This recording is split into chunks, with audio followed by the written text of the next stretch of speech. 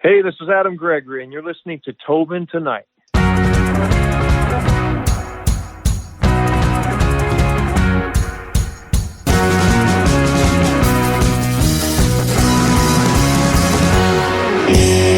How's life treating you? Life is great, man. Just really pumped and getting this new single out there, Dirt Road Therapy. And took a little time off to, play the dad role and have a 2.5-year-old now. So she's kept me hopping. It's been a good thing. I want to start off first with your career, because you began your music career, I guess, in 2000. How old were you, and what was it like getting that first record deal?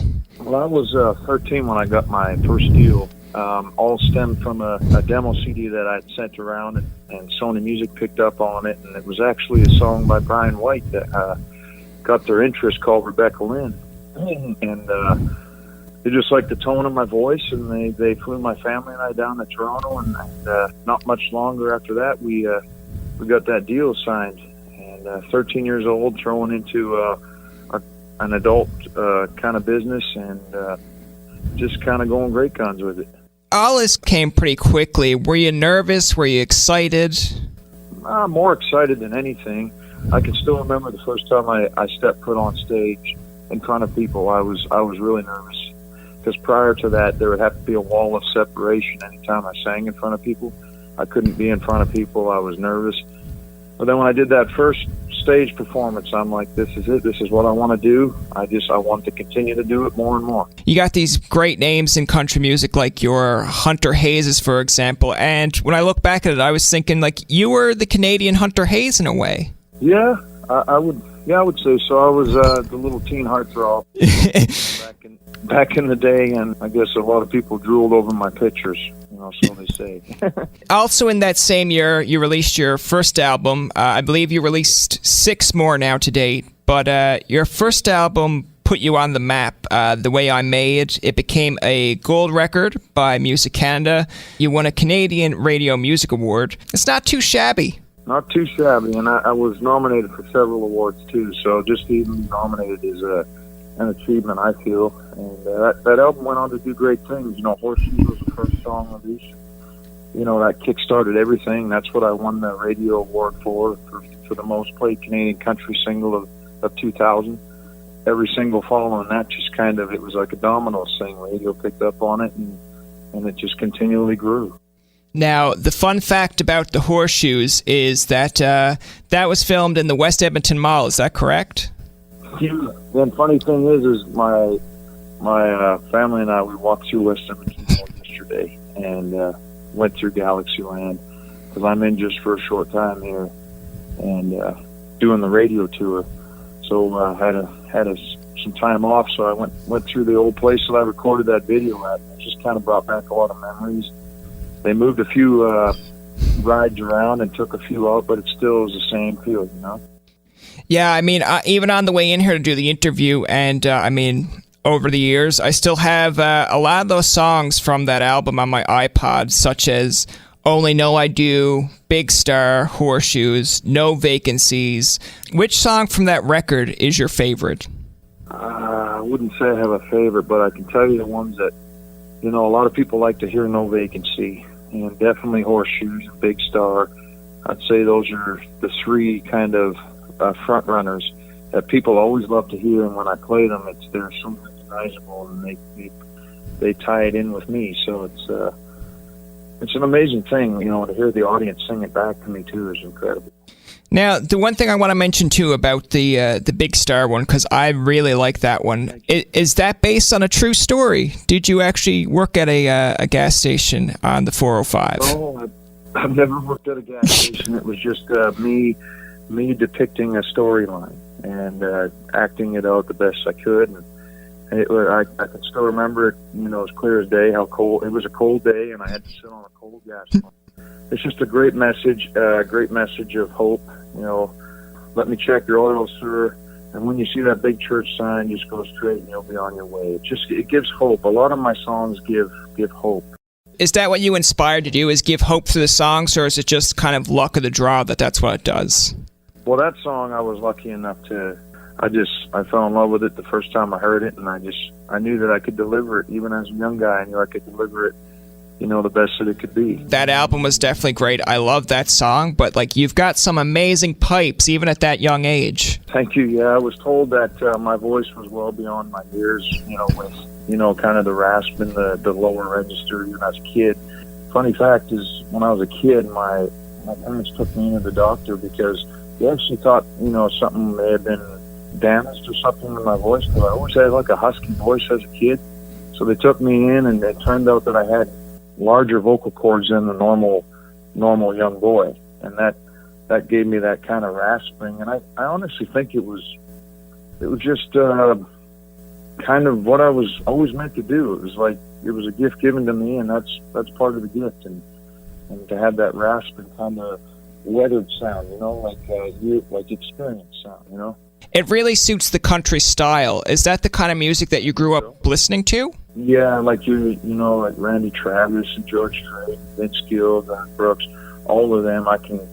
It takes me back every time I hear those songs. It takes me back to my childhood.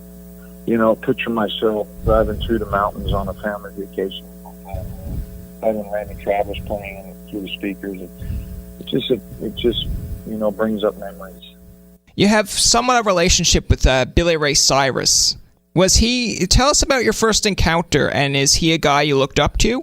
Well, yeah, after the fact, yes. I met him at the Big Yellow Jamboree a number of years ago, actually when I was recording my second album, kind of the pre-production stage, and I had done Big Valley, and Billy was the headliner the night I was on. And I just remember how cool it was meeting him backstage for starters, but then standing on the side of the stage watching him do his thing and entertain the crowd. And then he got to the end of his set. Achy Break My Heart was the finale song. And he said, I met this young guy backstage. I think of him, I look at him as like little Elvis. He said, I haven't seen him out here. So I came out there and we sang Achy Break Your Heart together. And he's like, okay, now turn around and shake your behind. So him and I shook our behinds and everybody, Everybody went crazy. And following that, my producer said, wouldn't it be a neat kind of thought if Billy Ray would be interested in coming in and doing a duet with you on this When I Leave This House? And at the time, I had no idea that my producer was up to this, but I'm thankful he was. And Billy Ray came in the studio graciously and put his voice down, and then when it came time to the video shoot out in Vegas, he came out for that too, and him and I shot that music video together. Another thing I want to mention, and this is a big thing that I find with being a Canadian act, it's sometimes tough to find success outside of Canada. How did you manage to break that? Well, I can't say that I really broke it. I got 2 top 30 songs on the U.S. Billboard charts, which is an incredible feat. It took tremendous amount of work. Back in 2007-ish or 2008, the band and I did about 400 shows. Well, I did 400 shows personally, if you include radio and everything. It was a really busy time, took a lot of sacrifice, and, I turned into a living zombie.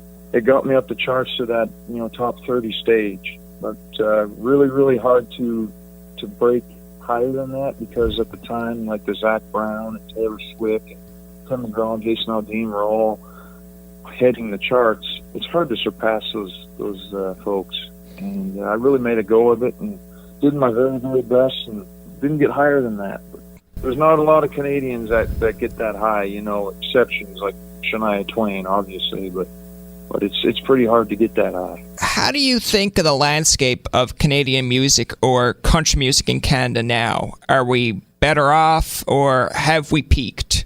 You know what? It's a tough question, because I'm a fan of the George Strait era and the early Garth Brooks and early Vince Gill.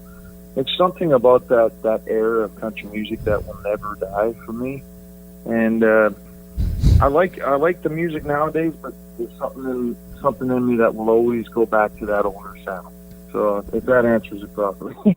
Yeah, no, I totally agree. I mean, I had the conversation with my buddy on the way home from ball hockey. We were talking about what we consider new country and old country. And when we came to old country, we agreed you had your Garth Brooks, Tim McGraw, George Strait.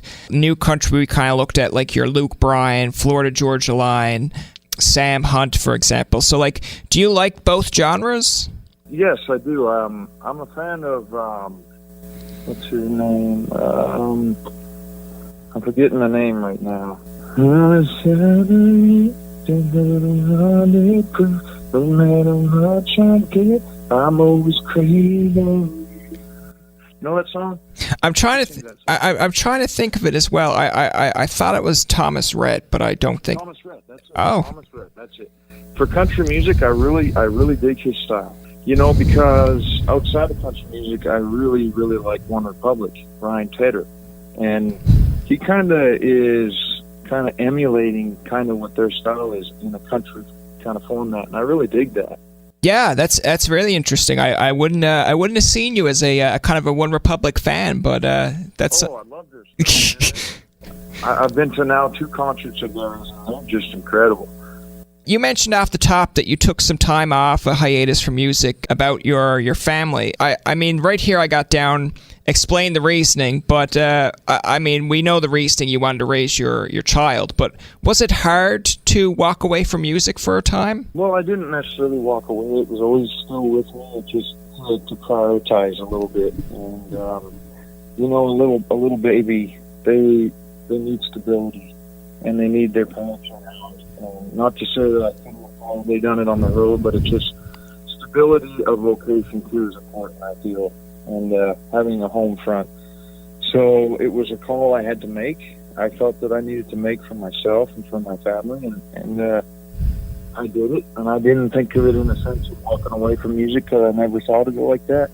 I just thought of it even as a time to you know, rebrand myself and rethink things and, you know, refresh what I want to come out with. And I'm glad it worked out the way it did, because I have Dirt Road Therapy, which in my opinion is, like a radio DJ told me, my Phoenix. Could possibly and potentially be the biggest song that I have if it's played out right. I really feel it has that potential.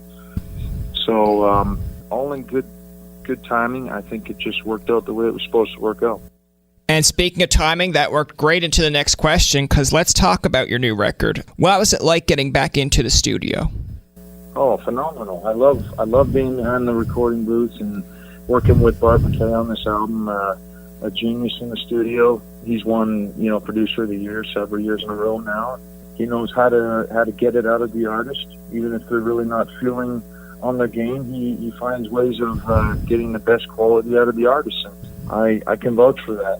We worked tirelessly in the studio. We got some great product as an outcome, and we got 3 songs in the box now, recorded. The 2 are still getting mixed and mastered fully. They'll be ready for release once they're done as the other 2 follow-up singles, and then we'll have the album EP released we're approximating like early 2018. Why did you choose Dirt Road Therapy as the lead single? It's one of those things where just know. And I had this song, it was in a litter of pitch songs that I got. And we were already about a year and a half into the project, finding and picking the songs. And I had come to a realization I had not yet found the song that I wanted to lead off with.